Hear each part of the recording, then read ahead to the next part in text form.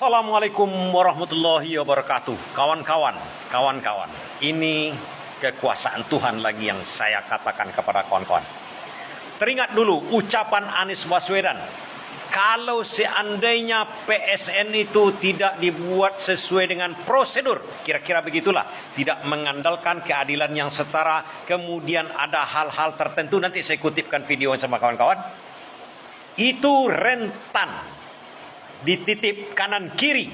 Artinya banyak titipan di proyek itu, banyak digulai proyek itu, banyak diambil uang, banyak dikorupsi. Itulah kira-kira itu pernyataan Anies, dan membuat panas kuping Jokowi, membuat aparat pemerintah bergejolak pada waktu itu. Masih ingat?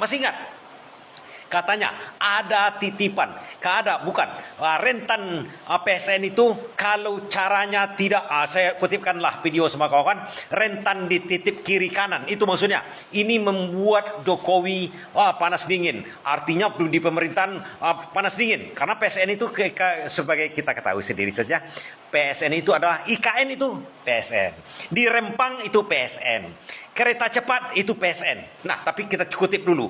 Apa yang maksud saya kekuasaan Tuhan? Pembuktian ucapan Anies Baswedan. Bukan Anies Baswedan yang membuktikan. Sekarang dibuktikan oleh Tuhan. Bagaimana caranya? Nanti saya ulas ke belakang. Kita tengok dulu pernyataan dari Anies Baswedan ini yang membuat resah, panas kuping pemerintah. Anies Baswedan mengkritik proyek strategis nasional yang saat ini sedang berjalan rentan dijadikan proyek titipan karena tidak dikelola dengan sistem yang baik. Anies menyebut penyusunan PSN menjadi masalah karena tidak transparan dan tidak melibatkan publik sehingga kerap menimbulkan konflik di masyarakat. Dan kembali menyuarakan kritikan yang membuat telinga istana memerah.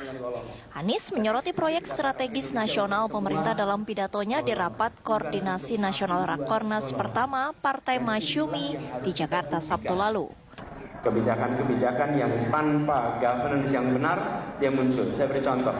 Suatu ketika saya ditanya tentang PSN, Pak, program strategis nasional. Saya sampaikan, program strategis nasional secara substansi itu baik-baik saja.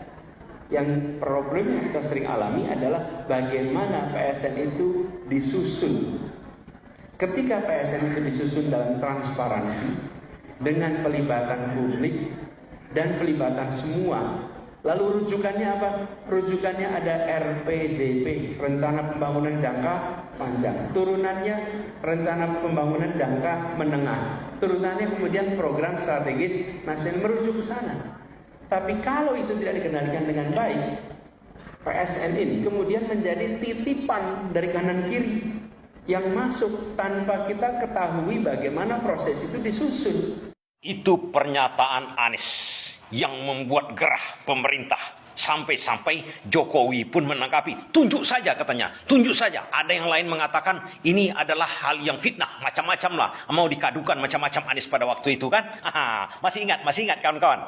Dan saya sebagai pengamat langit, pengamat super dari langit, lisensi saya dari langit cuma.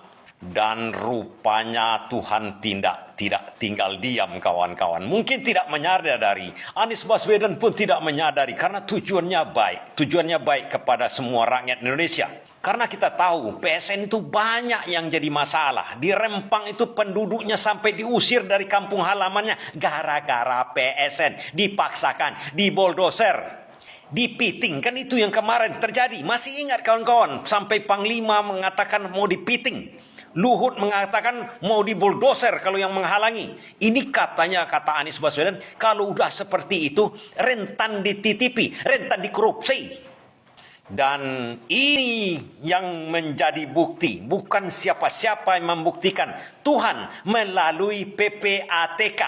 PPATK menyebut ada 36,67% dana proyek strategis nasional atau PSN yang masuk ke rekening subkontraktor dipakai di luar urusan pembangunan proyek terkait. Dana itu justru mengalir ke sejumlah pihak, mulai dari aparatur sipil negara hingga politikus. Hal itu disampaikan Kepala PPATK Ivan Yustiavandana dalam keterangan pers refleksi kerja PPATK 2023 Rabu pagi.